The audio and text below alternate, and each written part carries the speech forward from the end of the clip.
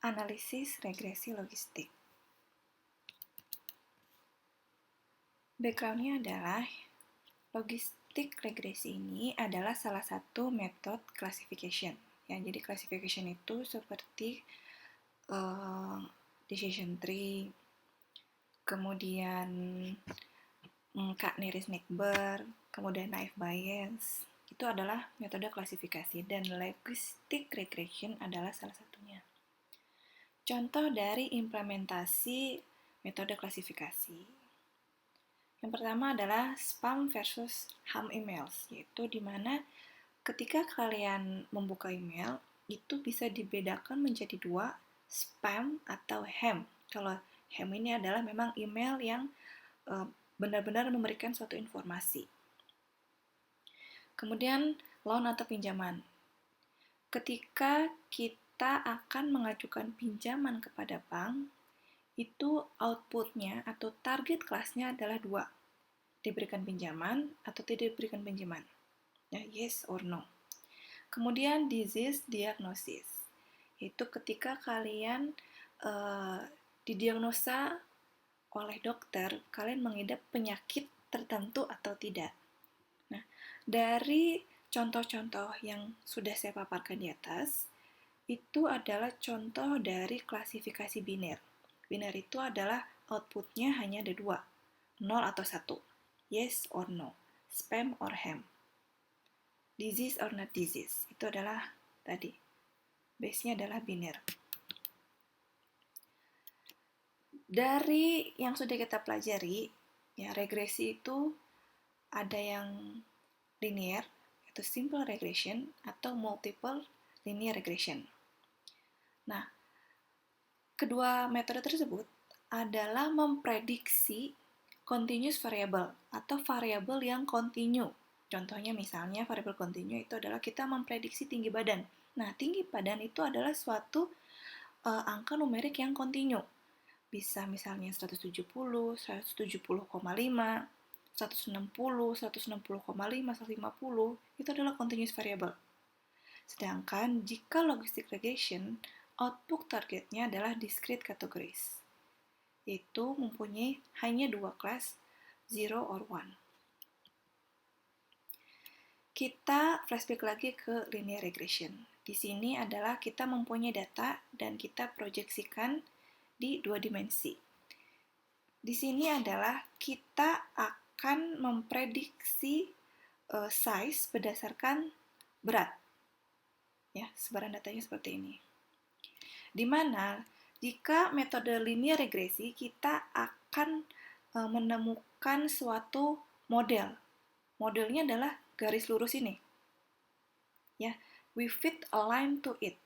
Itu mana kita akan memastikan bahwa garis ini, ya, persamaan Y sama dengan sekian itu fit dari semua data-data yang ada. Nah, itu adalah model. Jadi ini adalah persamaan garis.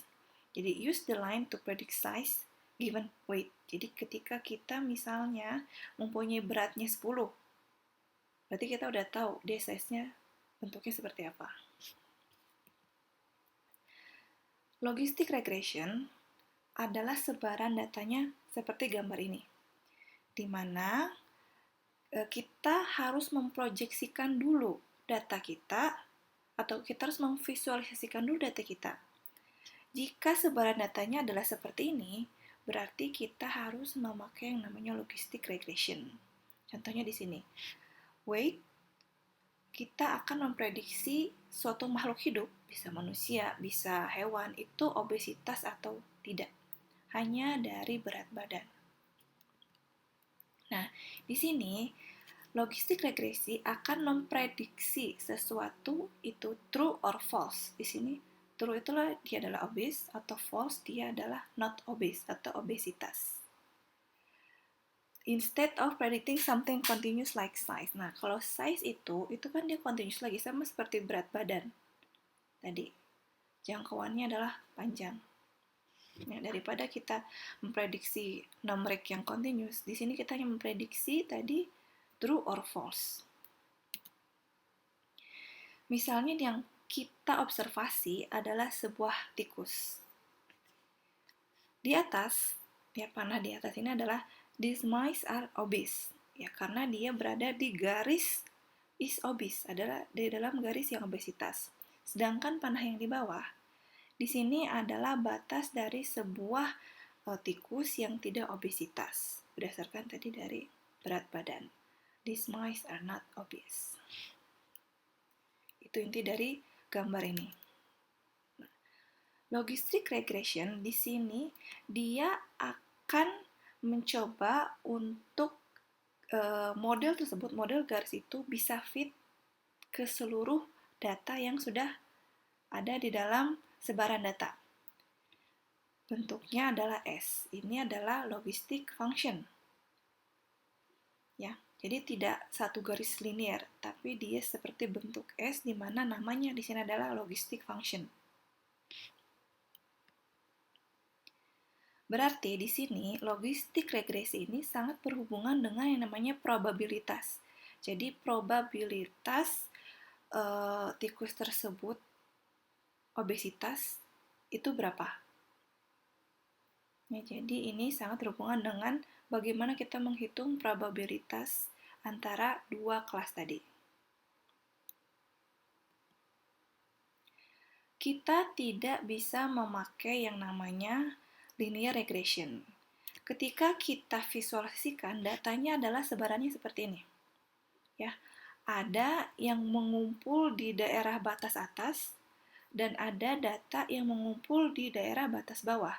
Ketika kita melakukan tarik garis, garis ini, linear regression line ini sama sekali tidak fit terhadap data.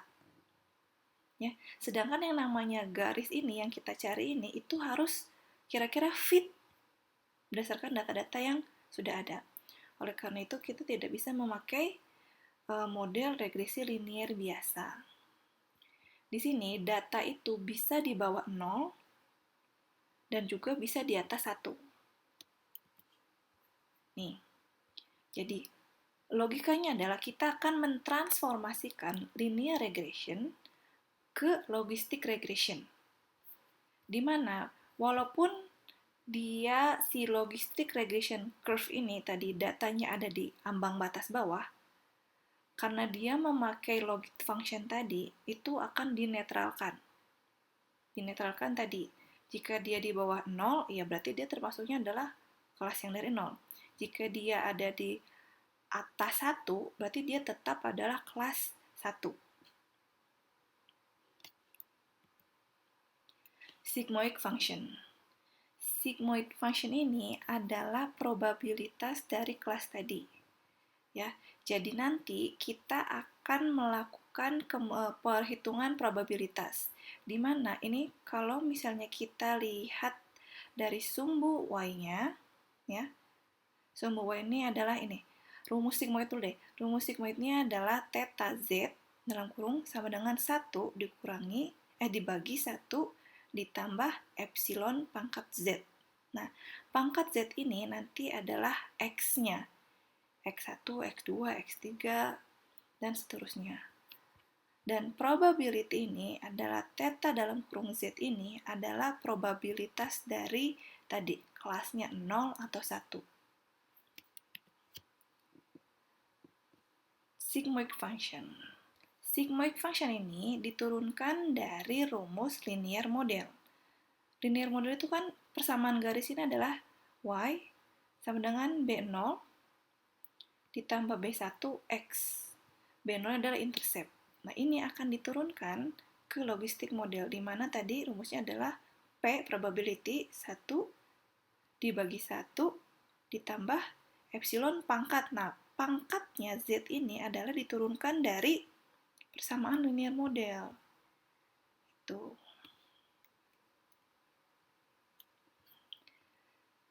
Jadi, gimana kita bisa tahu dia itu kelas 1 atau kelas 0 dari gambar ini? Gampangnya adalah kita melihat rata-ratanya. Misalnya ini. 0,0, kemudian sumbu y-nya ya, 0,5 dan 1. Kita tarik rata-ratanya. Rata-ratanya adalah 0,5. Berarti ketika suatu data dia probabilitasnya di atas 0,5, ke arah atas, berarti dia adalah masuk kelas 1. Ketika jika dihitung probabilitasnya di bawah 0,5, berarti dia adalah kelas 0. Intinya adalah nanti seperti itu. Sekarang kita balik lagi ke konsep probabilitas. Probabilitas itu rumusnya adalah P sama dengan suatu kejadian yang kita inginkan dibagi all possible outcomes. Jadi dibagi seluruh kejadian yang memang mungkin terjadi. Contohnya adalah yang paling terkenal dan yang paling gampang adalah ketika flipping coin. Koin itu kan terdiri dari dua sisi. Ya, ada yang gambar, ada yang angka. Ada atau misalnya head atau tail. Ketika kita memflip satu kali koin, ya, fair coin flip. Jadi kita flip satu kali suatu koin. Kemungkinan muncul kepala atau gambar sama dengan 1 dibagi 2. Ya, karena memang cuma ada 2 kemungkinan. Berarti hasilnya adalah 0,5. Kemudian yang terkenal juga adalah dice. Ketika kita meroll sebuah dice sebanyak 1 kali, dan kemungkinan yang kita cari adalah muncul 1. Berarti kemungkinan muncul angka 1 dari dice itu kan ada 6 sisi. Berarti 1 dibagi 6 sama dengan 0,16666. Itu adalah probabilitas. Kemudian ada yang namanya odds. Odds adalah peluang. Rumus peluang itu adalah sama dengan probabilitas yang muncul dibagi probabilitas kejadian yang tidak muncul. Kalau diturunkan, rumusnya adalah odds sama dengan P dibagi 1 kurang P. Contohnya adalah ketika yang fair coin flip. Peluang muncul kepala adalah 0,5 dari yang tadi sudah kita hitung, dibagi 1 dari rumus ya, 1 dikurangi 0,5. Hasilnya adalah 1. Kemudian dice muncul odds dari 1 sama dengan 0,167 ini dibulatkan, dibagi 1 dikurangi 0,167. Hasilnya adalah 0,2000 sekian. Itu adalah odds peluang. Kemudian odds ratio. Seperti judulnya, odds ratio adalah rasio dari suatu peluang. Rasio dari 2 event atau kejadian atau peluang. Rasionya. Contoh yang pertama tadi, kita pakai yang fair coin flipping, kejadian pertama atau event 0. Probabilitas kepala muncul tadi adalah 1 dibagi 2. Hasilnya adalah 0,5. Kemudian odds dari heads tersebut adalah 0,5 dibagi 0,5 itu sebenarnya 1. Atau ada di beberapa jurnal dia menuliskannya adalah 1:1, tapi ini sama aja. Kemudian ada kejadian loaded coin flip. Artinya apa? Kita melakukan flipping coin sebanyak beberapa kali. Ya, loaded. Contohnya di sini adalah kita melakukan flipping coin sebanyak 10 kali. Kemudian ternyata peluang muncul kepala adalah 7 kali. Dari 10 kali kalian melakukan flipping coin. Berarti 7 dibagi 10 adalah 0,7. Odds-nya dari event yang kedua ini adalah berarti 0,7 dibagi 0,3. Hasilnya adalah 2,333. Nah, rumus dari odds ratio ini sendiri adalah odds yang event paling besar dikurangi odds event yang jumlahnya kecil. Itu adalah rumusnya. Jadi intinya adalah pembagian dari odds event pertama dibagi odds event kedua. Dan biasanya yang paling atas adalah event yang odds-nya paling besar. Jadi odds ratio-nya diturunkan aja. Rumusnya adalah probability event yang 1, yang besar ini, dibagi 1 dikurangi probabilitas event yang pertama dibagi odds, kalau diturunkan dari ya probabilitas odds event yang 0 dibagi 1 dikurangi probabilitas event yang 0. Berarti hasilnya ini adalah, ini tinggal dimasukin aja rumusnya. Jadi 0,7 dibagi 0,3 dikali 0,5. Dibagi 0,5 hasilnya adalah 2,33. Nah, ini bisa sama ya odds ratio ini dengan hasil event yang pertama odds heads ini adalah kebetulan. Ini kebetulan aja. Hasilnya sama. Tapi rumusnya adalah seperti ini. Maksudnya apa? Intinya adalah di sini 2,33 ini yang penting. Ya. Artinya, saya pakai bahasa Indonesia biar kalian lebih mengerti. Peluang kepala muncul saat melakukan flipping coin sebanyak beberapa kali, tadi kita case-nya adalah sebanyak 10 kali, adalah 2,33 kali lebih sering muncul kepala dibandingkan pada saat flopping coin secara adil, dibandingkan ketika kalian melakukan flipping coin cuma 1 kali, ya berarti make sense. Kalau kalian melakukan sebanyak 10 kali, ya berarti peluang kepala munculnya lebih banyak daripada kalian cuma melakukan sekali flipping. Ya, itu adalah arti dari odds ratio. Jadi membandingkan dua kejadian event, mana peluang yang mungkin sering muncul, event pertama atau event kedua. Dihitung dari probabilitas event-event tersebut. Jadi, untuk apa kita mempelajari probabilitas, peluang, dan juga rasionya, itu berhubungan tadi dengan ini.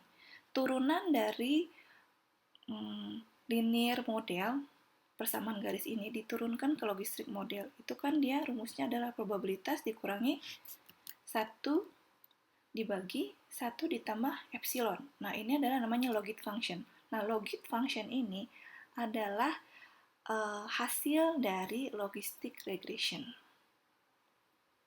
Jadi kita mencari P ini berdasarkan logit function ini. Nah, jadi recapnya adalah kita sudah mempelajari linear regression, itu adalah base-nya. Outputnya adalah persamaan garis, Y sama dengan B ditambah B1 dikali X, kalau yang sederhana. Kalau yang multiple, X1, X2, X3, X4, itu kita mencari Y. Y ini kalau di machine learning adalah model. Model padahal itu hanya garis saja. Kemudian kita akan memakai fungsi sigmoid, di mana fungsi sigmoid ini dia akan mentranslatekan fungsi linear regression ke logistic linear regression. Jadi si sigmoid function ini dia akan mengaktifkan model logistic regression. Kemudian menjadi ln ini adalah natural logaritma. Kalau misalnya kalian ngitung manual menggunakan kalkulator atau HP, itu dia yang kalian cari adalah tombol ln. Ya. Jadi ini rumusnya ini. ln atau natural logaritma dalam kurung P dibagi 1 dikurang P dalam kurung sama dengan tadi, sama aja. B0 ditambah B1 dikali X. Ini adalah rumusnya ln sekian.